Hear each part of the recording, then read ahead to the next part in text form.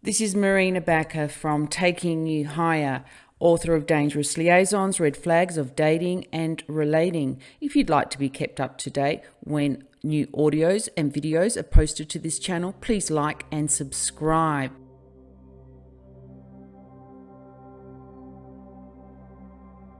This is Audio 3, Ending a Karmic Relationship with a Narcissist. Today we look at healing and clearing the emotions of anger and resentment that often keep you attached to your ex.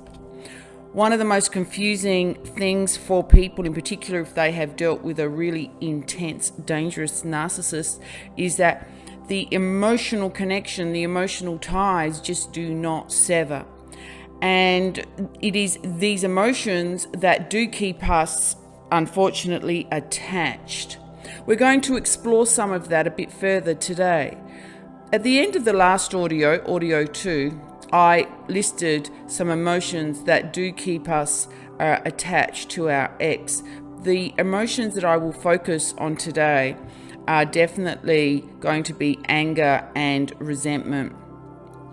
It's not unusual for people when they have ended, been discarded, or they've been forced to end a relationship with a narcissist because it was just so abusive and toxic.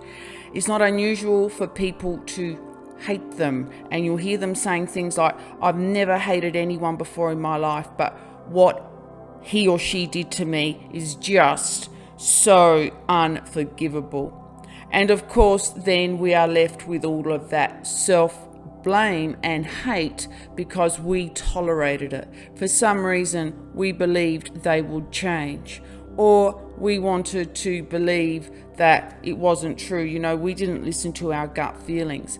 So let's look at this anger. So anger is a natural emotion, of course, and it's telling us that our boundaries have been crossed. So anger is designed to alert us to danger. Unfortunately, when we've been with this type of person, a liar and a cheater, in particularly if they are a sexual narcissist, which I will go into in one of my other audios in more detail a bit later on, then we are left with this anger, this rage. And if we have caused the narcissistic injury by telling them the truth of how they have hurt us or other truths, they may actually have a lot of anger and rage towards us. And because we have these emotional cords that are connecting us, the emotion goes back and forth, back and forth. So anger is not an emotion we want to stay in for too long, because basically it depletes us of our energy, of our life force. Anger stops us from accessing our rational part of our brain and thinking. And this is when we get into stuck thinking and we just cannot get them out of our head.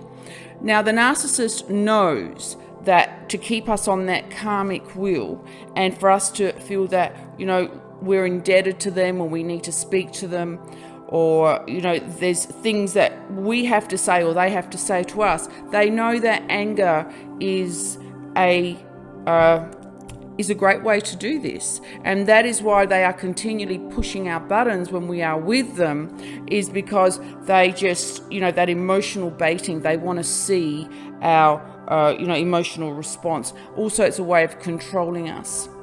Now we get to resentment. So resentment is in the anger family, but resentment is different. And in a way, it's once again, a very toxic emotion to continue to have.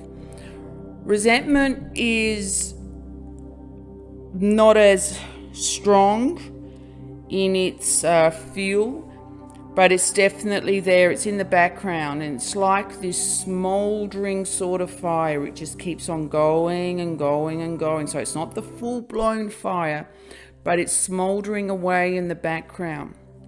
And it's like this steely tube that keeps us connected to the narcissist.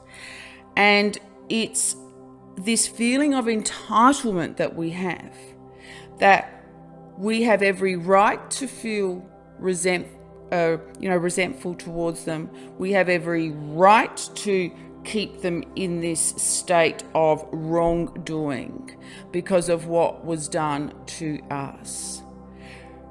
Now, if this is continuing for you, then you are going to continue to stay attached to the narcissist, which continues to keep this karmic wheel going, because once again, you are going to continue to feel these cords of attachment back and forth, back and forth.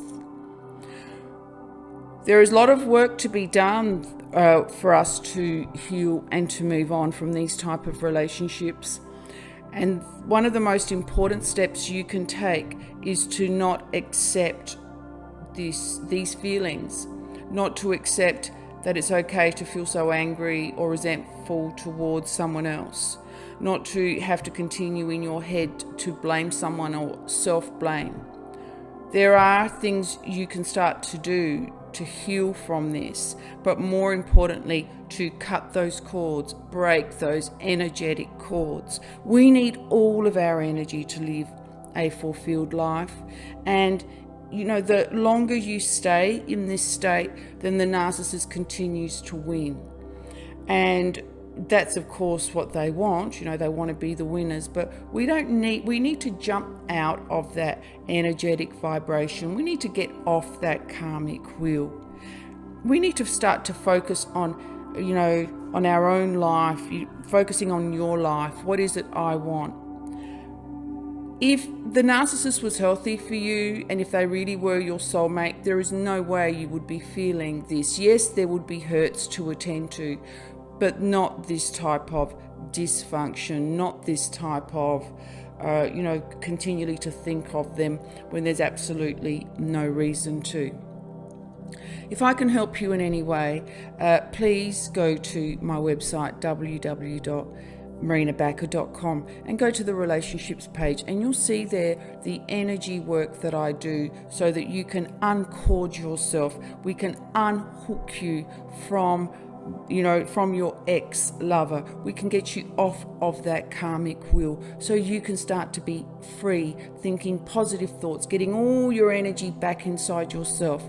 As long as we're attached energetically to the ex, to the ex-karmic partner, they are feeding off of our energy, and unfortunately we're also receiving their energy, which does not feel good.